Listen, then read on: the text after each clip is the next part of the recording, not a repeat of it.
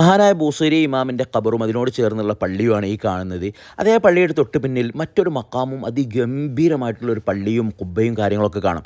പലപ്പോഴും ഇവിടെ വരുന്നവർക്ക് കൺഫ്യൂഷൻ ആവുന്നുണ്ട്. ലോകപ്രസിദ്ധനായ ഇമാം ബൂസൈരി റഹ്മത്തുള്ളാഹി അലൈഹിൻ്റെ പള്ളിയും ഇതൊക്കെ ചെറുതും അതിന് തൊട്ട് പിന്നിലുള്ള ഈ ഒരു മഹാൻ്റെ വലിയ പള്ളിയും വലിയ പരിഗണനയും കാര്യങ്ങളും.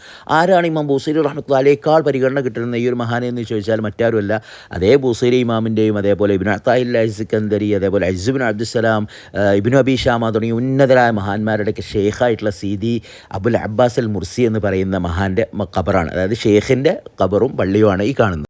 ഷാദുലി ഇമാമിൻ്റെ പ്രധാന ശിഷ്യനായിരുന്നു. അതേപോലെ ഷാദുലി തരീഖത്തിലെ രണ്ടാമൻ എന്നൊക്കെ രീതിയിലാണ് അവർ അറിയപ്പെടുക.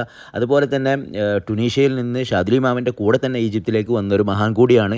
അത് മാത്രമല്ല കേട്ടോ, ഇവർക്കുള്ള ഒരു പ്രത്യേകത എന്ന് പറയുന്നത് സഹാബത്തിൻ്റെ കൂട്ടത്തിൽ ഏറ്റവും നീളം കൂടിയ സഹാബിയായിരുന്നു ഖൈസ് ബിൻ സഅദ് ബിൻ ഉബാദ റളിയല്ലാഹു അൻഹു. മഹാനായ സഅദ് ബിൻ ഉബാദ റളിയല്ലാഹുവിൻ്റെ മകനായ ഖൈസ് എന്നവർ, അവരുടെ പരമ്പരയിലാണ് ഈ ഒരു മഹാൻ വരുന്നത്. ഇവരുടെ നോട്ടത്തിനും സംസാരത്തിനൊക്കെ ഭയങ്കര അസറായിരുന്നു എന്നാണ്. കാരണം ഇബ്നു അത്താഇല്ലാഹി സിക്കന്ദരിയൊക്കെ ഒരു കാലത്ത് സൗഫിനെയും സൂഫിസത്തിനൊക്കെ എതിർത്ത് അതൊക്കെ തട്ടിപ്പാണെന്ന് പറഞ്ഞ് നടക്കുന്ന ഒരാളായിരുന്നു ആദ്യകാലത്ത്.